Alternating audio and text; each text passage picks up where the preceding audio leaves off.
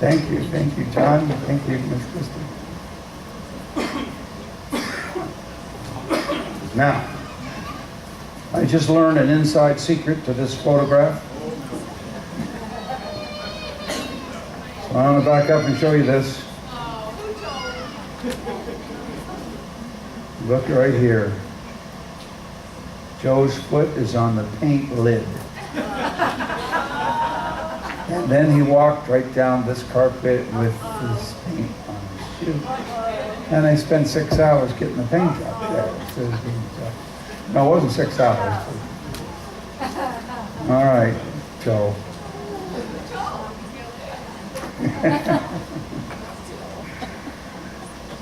All right, our subject on Wednesday nights has been how to overcome the world. We're now in the study, second week coming up, on how to conquer the lust of the flesh. Every man, 12 years and over, needs to be in the next 2 Wednesday nights. We live in a culture that has escalated the issue. And everywhere we turn, we're confronted with this evil. And what's wonderful about the Lord is He has made very specific provisions and principles that always work. I think some of them will surprise you. They are not commonly known. They are not commonly known. Our approach has been to put our head in the sand like the proverbial ostrich, ignore the issue and hope for the best. If you have a son, no matter what his age is, you should not miss this. He needs to learn from you these principles of Scripture. So Wednesday night, we'll continue with how to conquer the lust of the flesh. Our study is now in the subject of wisdom, and has been for a number of months now. We learned a few weeks ago the principles of how to have sound decision-making skills, sound judgment.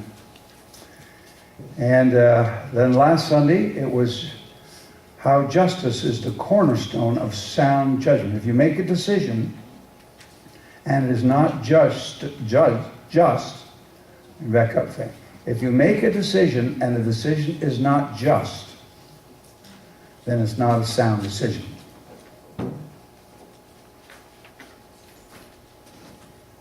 We'll probably talk about it in brief this morning, but that's what we learned last week. And then last week I distributed some paperwork to you, and I asked you to look it over, and that this week we would review it, and that's what we're going to do in the next few moments. And wisdom has a set process of how to make smart decisions.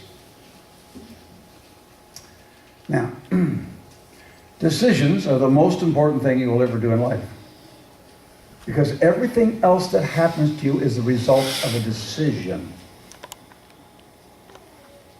Now, the problem with us, especially men, we men learn to think logically to wrong conclusions by times. I was expecting the women to stand up and say, "Yeah, preacher, you preach it." It's like one man sat down and he decided he would write on why dogs are better than women. Was he off the wall or what? I mean, he's crazy, right? But this is what he said. So first of all, dogs don't shop. Second of all, they do what you tell them, even if you yell.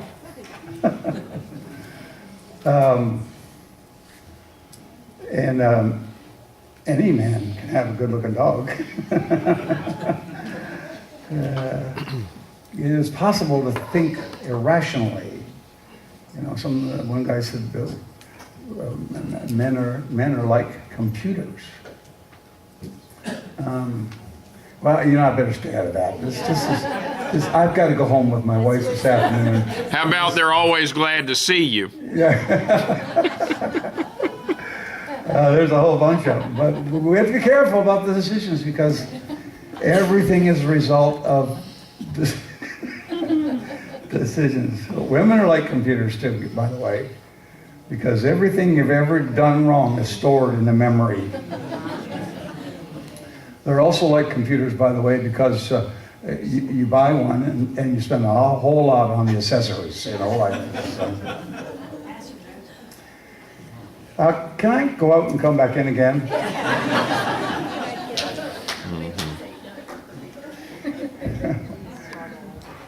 Decisions are important because everything in life happens as a result of decisions. That's what makes you not an animal. They're ruled by instinct. They do what they do instinctively. They have very little latitude, very few decision-making skills. And that's why you are God's crown creation. Because you are made in the image of God, in the likeness of God. He's a decision maker.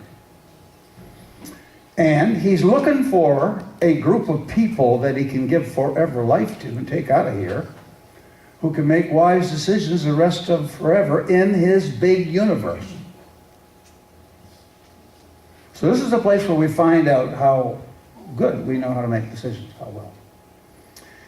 So wisdom has a decision-making process that we need to learn. Now, we've talked about the 7 pillars of wisdom. Let's just review them real quickly. Wisdom is the principal thing in every decision-making. Wisdom. You don't want to make a foolish decision, you want to make a wise decision. Wisdom is the principal thing, therefore get wisdom. If you exalt wisdom, she shall promote thee. Your success is dependent on smart decision-making, wise ones, okay? Now look at this. Wisdom has built her house. She has hewn out her 7 pillars.